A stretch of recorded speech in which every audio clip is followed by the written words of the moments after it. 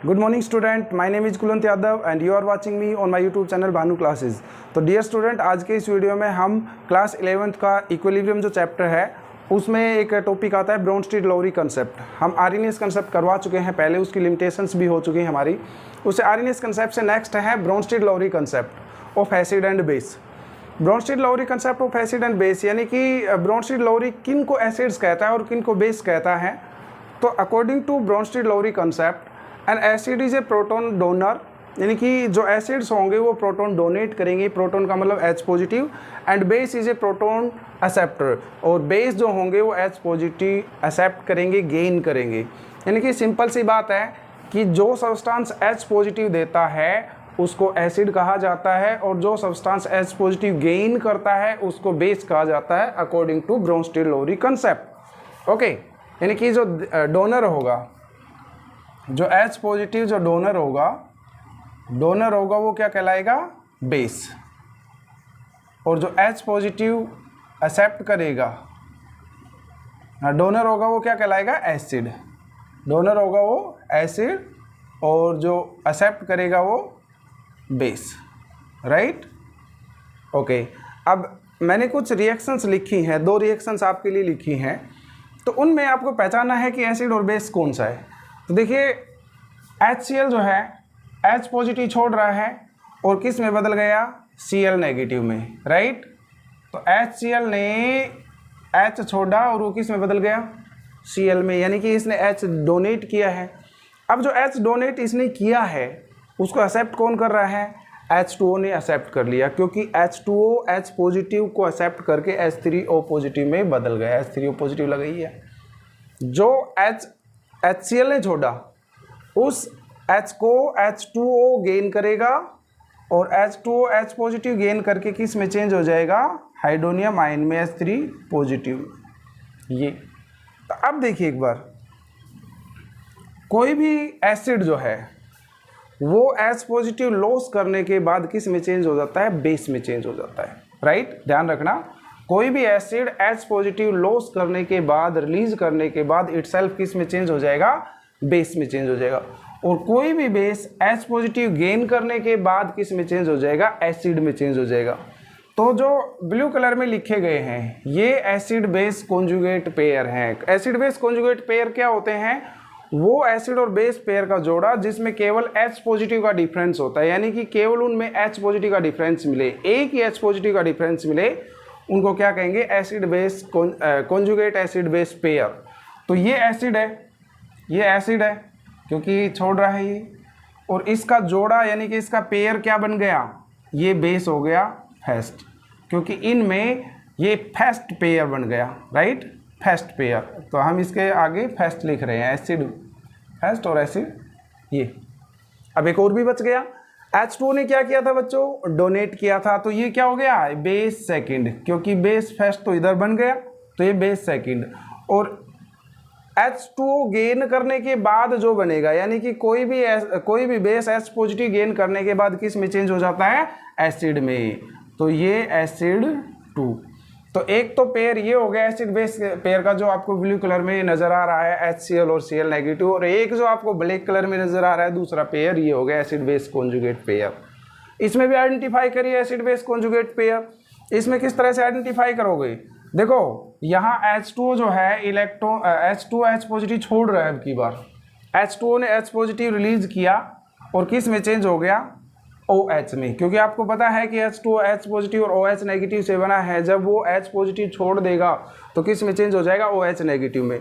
ठीक है, जो H पॉजिटिव इसने छोड़ा है H2O ने, वो ये गेन कर लेगा और किस में चेंज हो जाएगा? HCO3 negative.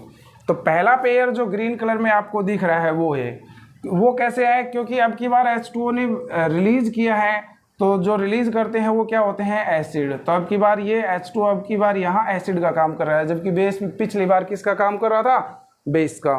ठीक है, इससे हमें समझ में आता है कि H2O एक एम्फोटेरिक सब्सटेंस है, यानी कि वो H पॉजिटिव गेन भी कर सकता है, H पॉजिटिव लॉस भी कर सकता है। तो H2O यहाँ एसिड है, तो इसने H पॉजिटिव लॉस करने के बाद ये किस में चेंज हो गया? ये बेस में चेंज हो गया, तो इसका जोड़ा ये हो गया, यानी कि फर्स्ट पेयर जो आपको ग्रीन कलर में नजर आ रहा है। सेकंड पेयर कौन सा है? सेकंड पेयर जो आपको रेड कलर में नज़र आ रहा है। कैसे? क्योंकि इसने H पॉजिटिव छोड़ा है, इसने गेन किया है, और ये गेन करके किस में चेंज हो जाएगा? देखो यहाँ बताओ, H पॉजिटिव जो OH ने H2O ने छोड़ा है उसको गेन करेगा, कौन गेन करेगा? कार्बोनेट आयन, और carbonate ion H positive gain करने के बाद किस में चेंज हो जाएगा? HCO3 में, बाइकार्बोनेट में चेंज हो जाएगा। HCO3 नेगेटिव का बाइकार्बोनेट। तो ये इसने क्योंकि गेन किया है तो ये बेस हो गया, और कौन सा बेस हो गया?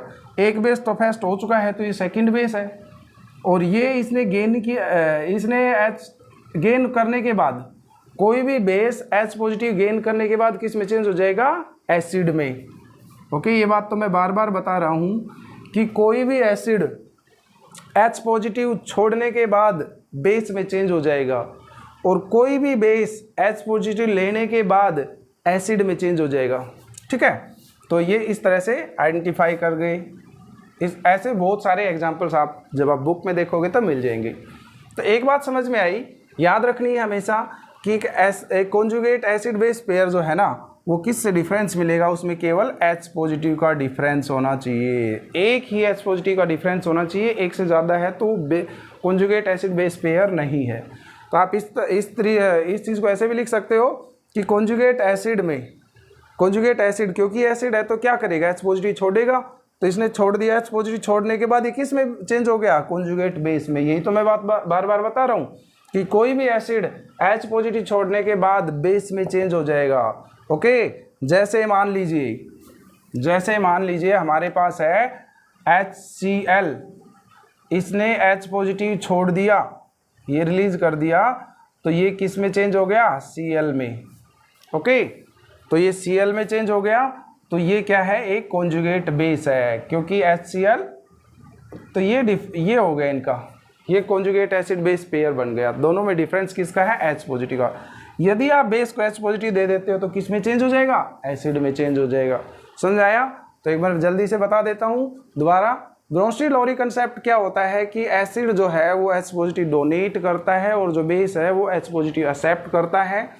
ओके, जैसे HCl प्लस H2H3O पॉजिटिव कैसे बना? HCl ने H पॉजिटिव छोड़ा तो Cl नेगेटिव में चेंज हो गया, जो HCl के द्वारा H छोड़ा गया था वो H2O गेन कर लेगा, और किस में चेंज हो गया? H3O पॉजिटिव में। ठीक है, ऐसे ही एसिड जो है यहाँ छोड़ रहा है, रिलीज कर रहा है, H2O रिलीज करेगा तो OH में चेंज हो गया।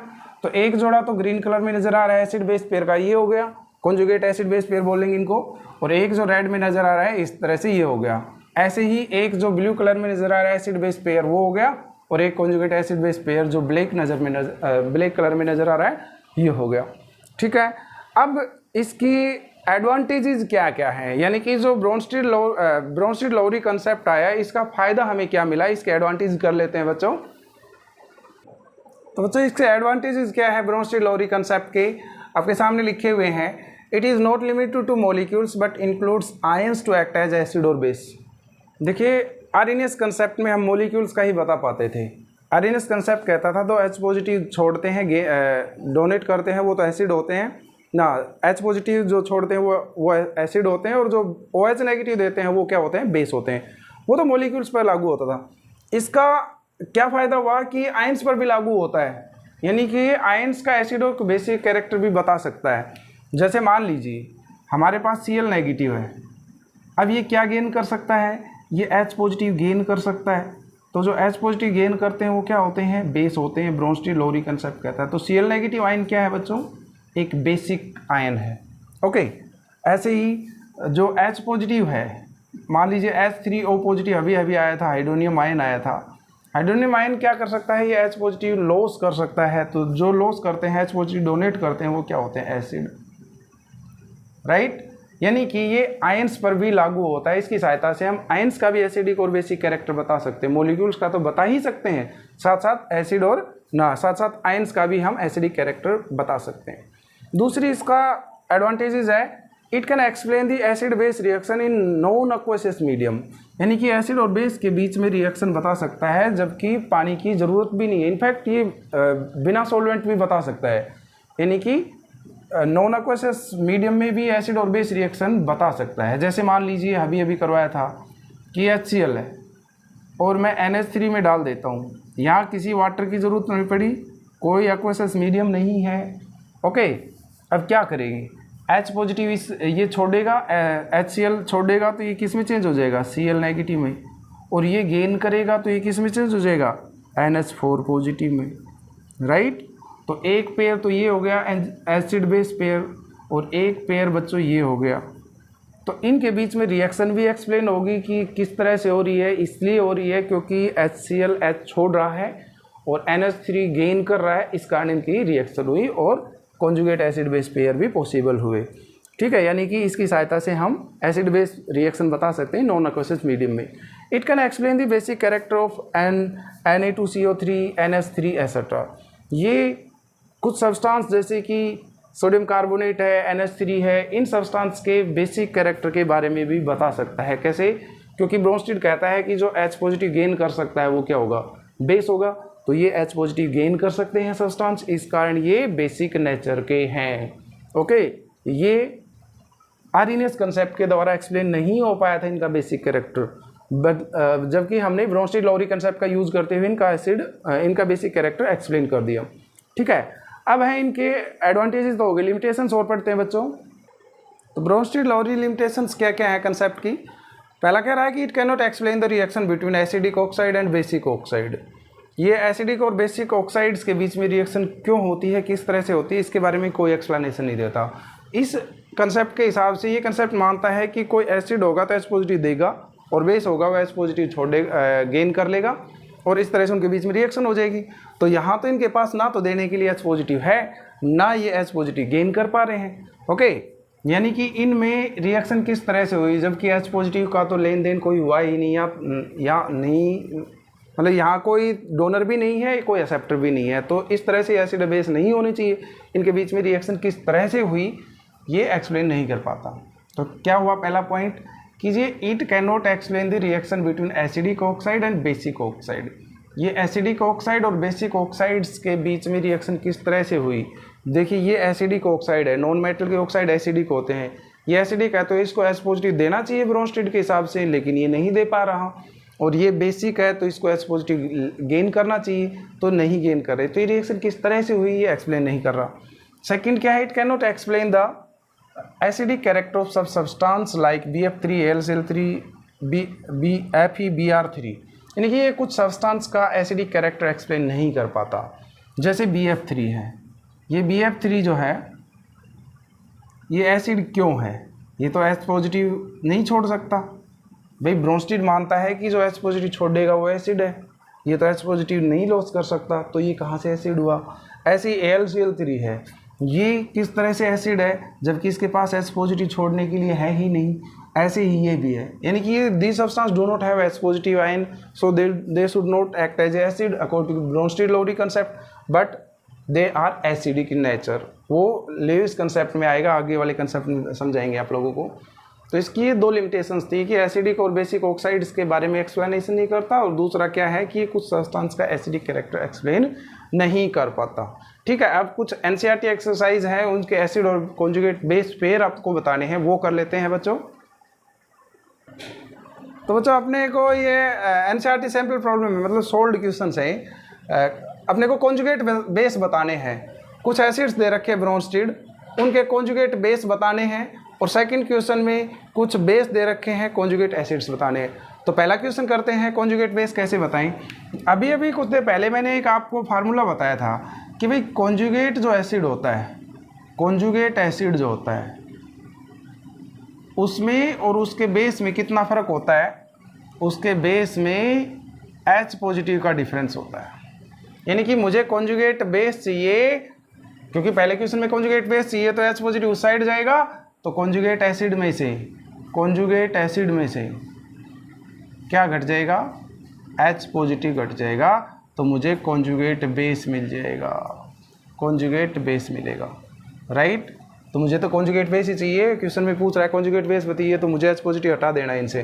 तो इसका H पॉजिटिव हटाइए, H पॉजिटिव हटाते क्या बच जाएगा, ये F नेगेटिव। ओके, कई बच्चे क्या करते हैं, H हटा दिया F बच गया जी। अरे मैं आपसे पूछता हूँ कि मैं NaCl का Na हटा देता हूँ तो क्या Cl बचेगा, Cl नेगेटिव बचेगा। मोटे से दिमाग की बात है ये। तो मैंने H हटाया, F नेगेटिव बचा, इसका H हटाया तो एक H और SO4 नेगेटिव 1 बच गया। इसका H हटाया तो CO3 2 नेगेटिव हो गया, क्योंकि H हटता है तो बदले में एक नेगेटिव छोड़ करके जाता है, तो एक तो पहले से ही है यहाँ पर, एक और आ गया तो टोटल 2 हो गए, राइट। ये हो गए इनके कॉन्जुगेट बेस। अब मुझे कॉन्जुगेट एसिड बताने हैं, ये सीधा फार्मूला लिखा है, कॉन्जुगेट एसिड चाहिए तो आप जो दिया गया बेस है उसमें H पॉजिटिव जोड़ दो। तो इसमें H पॉजिटिव जोड़ूंगा तो जोड़ते ही मैं पॉजिटिव जोड़ूंगा और नेगेटिव ऑलरेडी है, तो पॉजिटिव नेगेटिव कैंसिल होकर के यहाँ NH3 हो गया। इसमें H पॉजिटिव जोड़ूंगा तो NH3 तो ऑलरेडी है, एक और जोड़ा पॉजिटिव। इसमें H पॉजिटिव जोड़ूंगा, यहाँ नेगेटिव लिखा है, जो जोड़ूंगा पॉजिटिव, नेगेटिव और पॉजिटिव जुड़ करके किस में चेंज हो गई, वो न्यूट्रल होकर के HCO में। यानी कि ये इनके कॉन्जुगेट एसिड्स हैं दिए गए बेसिस के। ठीक है बच्चों।